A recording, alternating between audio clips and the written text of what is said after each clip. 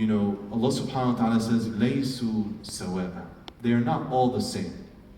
And as we call on people of other faith traditions not to paint Muslims with a broad brush, also Muslims, even as they experience that persecution, that hardship, must not paint all others with one broad brush as well.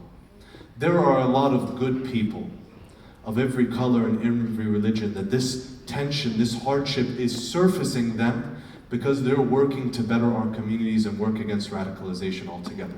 And it's my privilege as an imam and a religious leader in America to work alongside a lot of them. After one of the recent attacks, a pastor of a local church called me.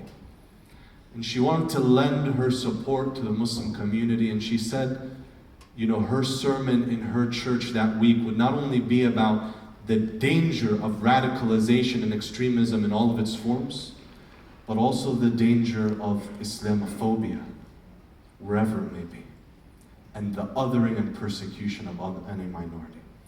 A 29-year-old father named Eric called me, and he was talking about his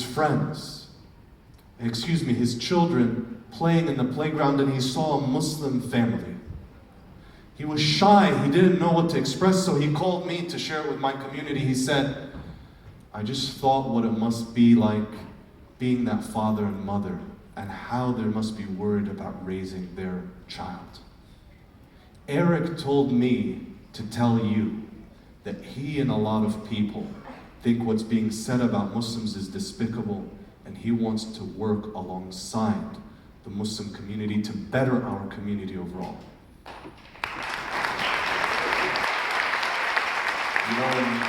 In the political climate of America, there's been a lot of discussion and blaming refugees and people of color.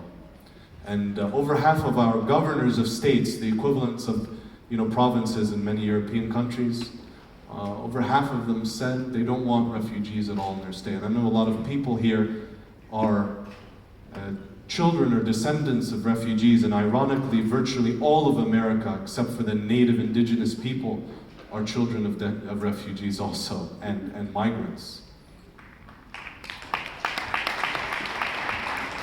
And I was really moved by a call from a woman named Sarah. And she said, "You know what, I'm not a rich person. I live in a really small apartment. And our governor of North Carolina, he was from the governors that said no refugees in our state." And she said, "Despite what he said, I want you to know if there's ever a Syrian woman or mother that is looking for refuge from the difficulty she's facing, my small and meager apartment is hers to share." I say that because just as we don't want people to paint Muslims with one broad brush, also don't make the mistake of painting others with a broad brush. We as Europeans, as people of conscience, as people of this world, are suffering and struggling from the challenge of extremism and radicalism in all of its forms, from any religion, any race, any creed, any nation.